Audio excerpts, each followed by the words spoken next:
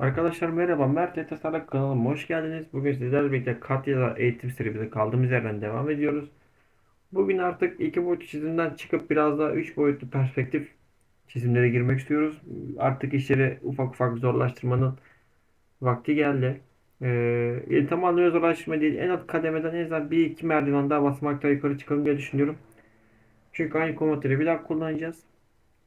Sıkıntı olacağını düşünmüyorum. Herhangi bir sıkıntınız olursa zaten Instagram hesabından bana ulaşabilir. DM üzerinden her türlü soru sorabilirsiniz. Yardımcı olurum. Şimdi çizeceğimiz parça bu. Üç görünüşü var. Ön, yan, üst diye. Bu parçayı ön görünüşten çizersek, yani bu görünüşten çizersek komple şu şekilde. Ardından yandan bakarız. Şuradaki kademeyi oluştururuz. Ve deli yaparız. İşimiz biter diye düşünüyorum. Start'tan Dimensional Design'dan Part Design'e girdim. Parçamı onayladım ve çizimim açıldı. Şimdi burada benim planlarım vardı. Ben diyorum ki hangi planda çalışmak istiyorum? Ben şu planda çalışmak istiyorum. Hatta şu plan yapalım. Buradan skecimi açtım ve çizim sayfam bana açılmış oldu. Şimdi şuradan isterseniz dikdörtgenle başlayabilirsiniz. Merkezi bir dikdörtgenle kese kese gidersiniz. Ben öyle yapacağım. Ana ölçülerim %83'lük bir dikdörtgenim var benim. Şimdi şurası 160'lık olan kısmı 100 milimetre. Şurası da 83 milimetre olarak ayarladık. Şuradaki dairelerimizi yapalım. 20, 30, 30. Tamam. Tam şuradan geçen bir merkez çizgisine ihtiyacım var ortadan. Bunu da ayarladık ve şurada bir tane benim dairem var. Birinci dairemi çizdim. Ardından bir de şurada ikinci dairem var. İkinci dairemi de çizdim. Bir de şurada dairem var. Üçüncü dairemi de çizdim. Onu da bıraktım. Tamam. Şimdi onların çapı 10'ar milimetreymiş. Ölçelim komutu diyorum ki bunun çapı 10 milimetre. Ve bunun çapı da 10 milimetre. Şöyle ayarladım. 10 milimetre yazdım. Şuradaki içeri çıkardım. Hatta şöyle yapalım. Daha iyi gözüksün. Tamam. Bunun ortadakinin dairemin çapı da 25 milimetreymiş. Bunu da yazdım. 25 milimetre olarak ayarladım. Ardından bu kenarla buradaki kenarın uzaklığı, yani merkez noktama olan uzaklık 20 milimetre. Ardından bir daha ölçendirmeye girdim. Bu merkezle bu dairenin merkezi olan uzaklığı 30 milimetre. Ardından bir daha ölçendirmeye girdim. Bu merkezle bu daireme olan uzaklığım da 30 milimetre. Yakınlaşıyorum. 30'ar milimetre. Çaplarım 25. Okey. Yukarıdan da kaç milimetre varmış? Şuradan 30. Bunun 83'tü zaten.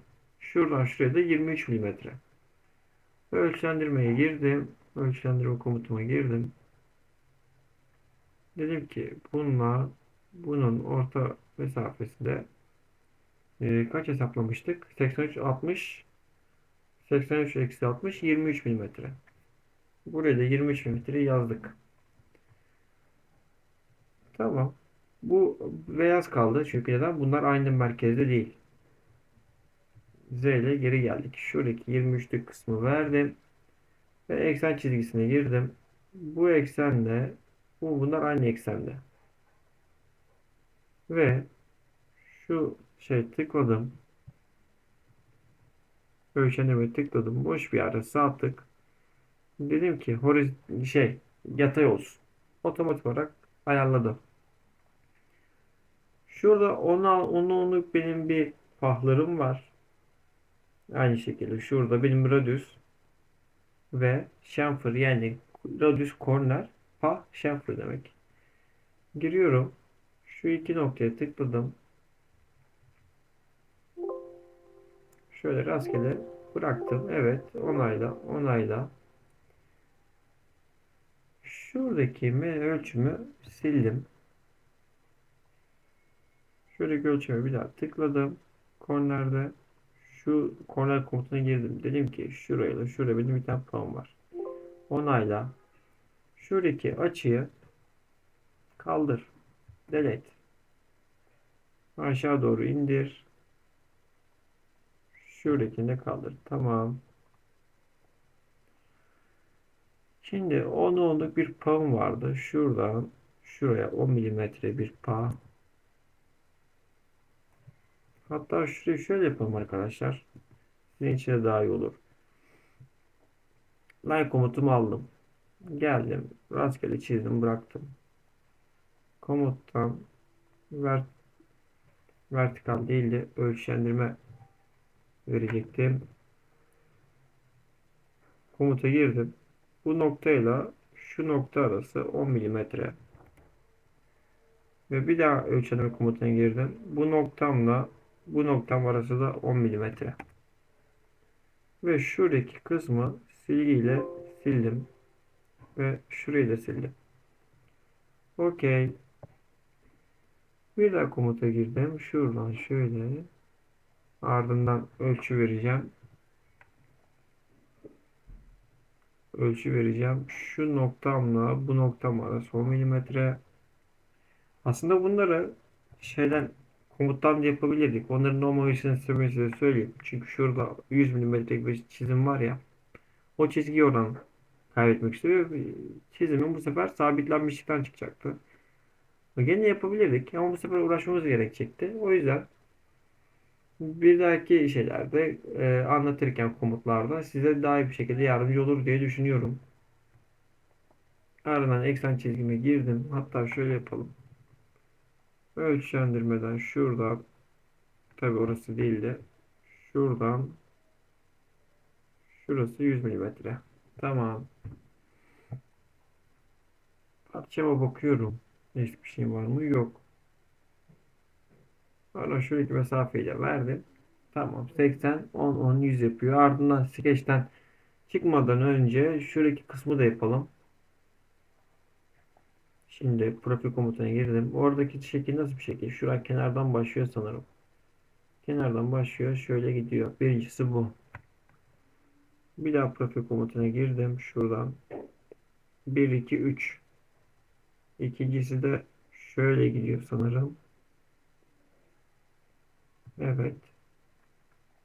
Üçüncüsü de yaklaşık tahmini böyle bir yerlerde bitiyor. Ardından şurada boşta kalan kısımları ben trimliyorum. Burayı da trimledim. Şurayı da trimledim. Ardından burayı da trimledim. Ve line komutuna girdim. Şuradan şöyle uzattım. Geldim dedim ki bu yatay. Şimdi ölçüleri vermenin vakti. Şurası 15 milimetre ölçülere girdim. Dedim ki şu üst noktadan burası 15 milimetre. Burası da 15 milimetre. Bir daha dedim bu ölçüyle bu ölçü arası da 83 milimetre.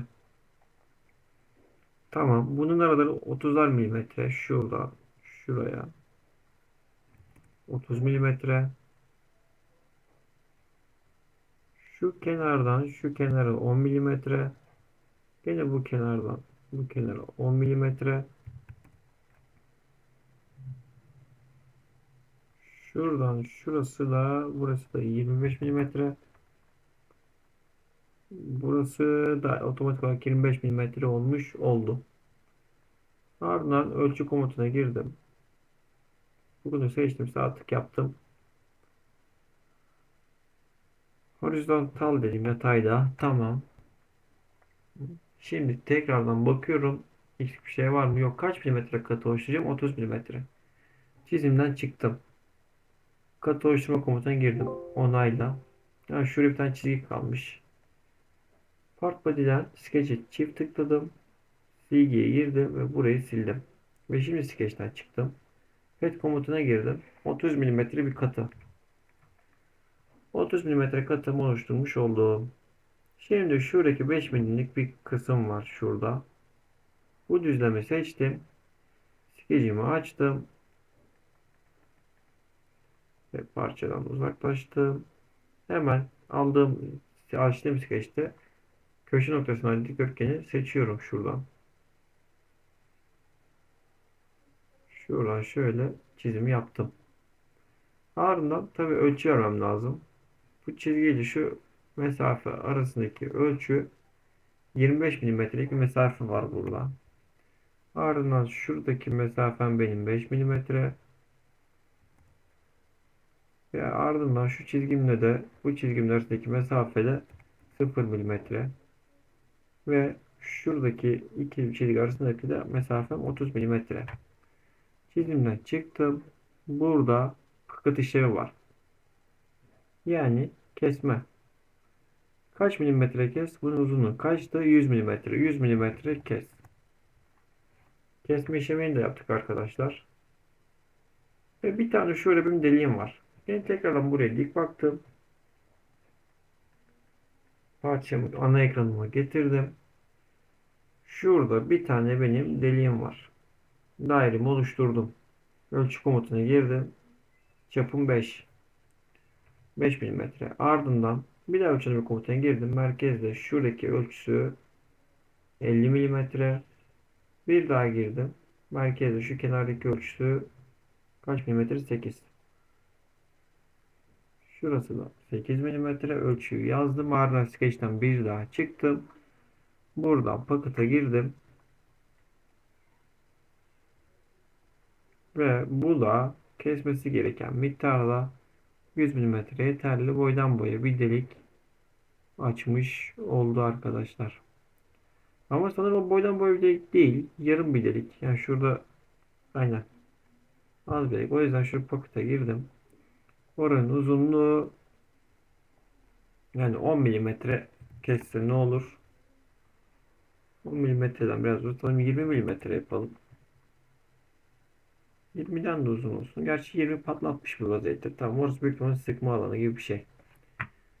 Portföy'e gidelim. X, Y, Z planları seçtim. Height Show yaptım. Görüntü açısından daha güzel dursun diye. Parçayı taşıdım. Şöyle bir perspektif görünüşü almak istiyorum parçadan. Ardından bu parçayla unuttuğumuz bir şey var mı parçayla ilgili diye bakıyorum. Biraz daha kaydırdık. Ve şuraya baktım.